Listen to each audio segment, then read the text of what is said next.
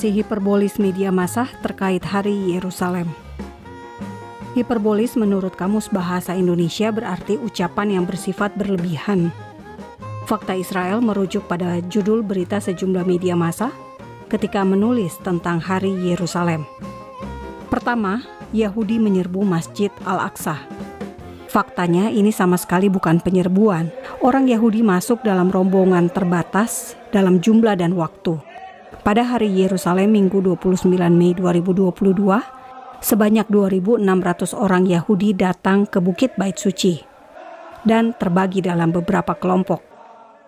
Inilah antrian masuk ke kawasan tembok barat, lokasi tembok ratapan dan pintu menuju Bukit Bait Suci. Pada hari Yerusalem, ribuan orang Yahudi berdoa pagi di tembok ratapan dan sebagian antri masuk ke Bukit Bait Suci.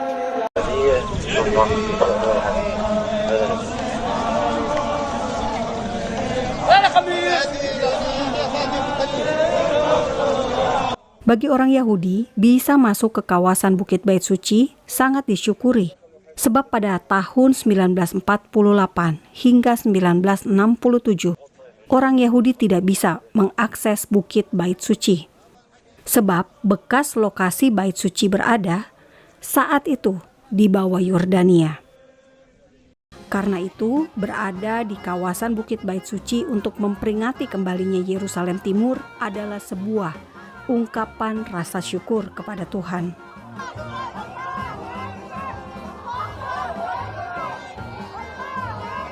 Biasanya orang Yahudi hanya berjalan sambil berdoa dalam hati. Ada pula yang bernyanyi dan sangat jarang yang bertindak provokatif. Sebab mereka mengetahui tempat bekas bait suci adalah tempat sangat suci bagi orang Yahudi.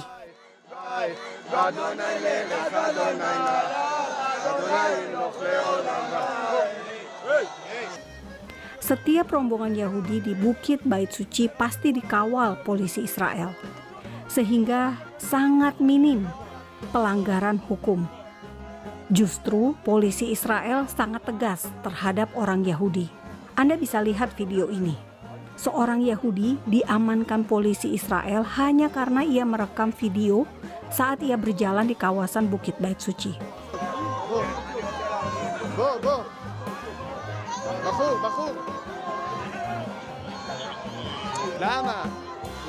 Kedua, istilah ultranasionalis Yahudi. Perlu diingat, tidak semua orang Yahudi yang datang ke Bukit Bait Suci adalah kelompok ultranasionalis.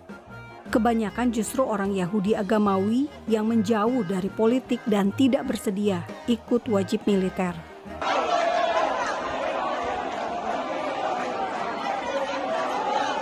Secara pilihan partai politik, orang Yahudi ada yang termasuk dalam kelompok kanan, yakni sangat mendukung Israel sebagai negara Yahudi, dan ada pula Yahudi garis tengah yang merangkul Arab Palestina, warga negara Israel, seperti yang terjadi pada koalisi pemerintah Israel saat ini.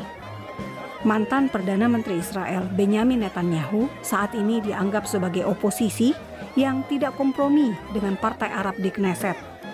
Netanyahu masih punya pengikut loyal dan masih punya pengaruh terhadap pilihan suara masyarakat Israel.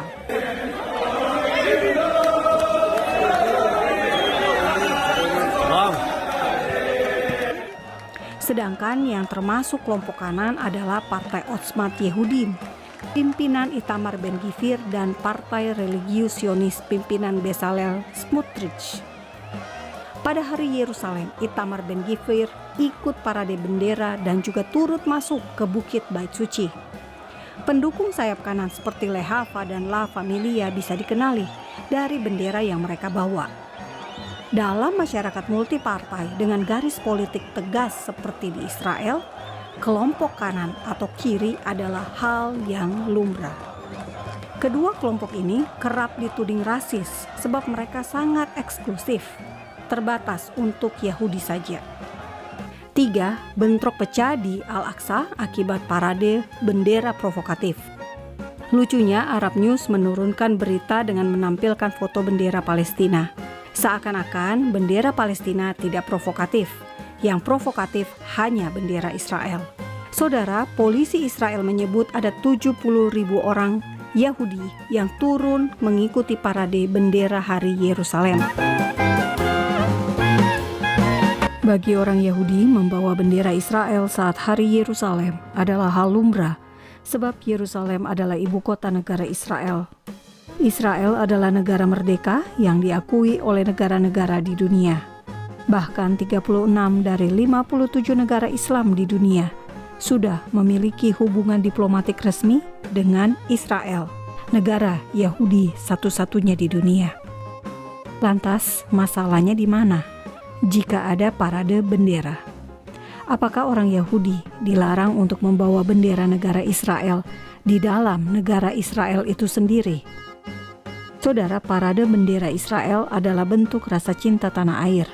Parade bendera Israel adalah bentuk rasa syukur atas karunia tanah buat bangsa Israel. Bendera Israel adalah lambang cinta, bukan simbol kebencian. Bendera Israel adalah lambang kasih, bukan provokasi. Jika terjadi bentrok, fakta Israel menilai ada saja orang yang tidak suka melihat bendera Israel, sehingga memprovokasi orang Yahudi dan berakhir dengan menyalahkan orang Yahudi dan pemerintah Israel tanpa mengevaluasi diri sendiri.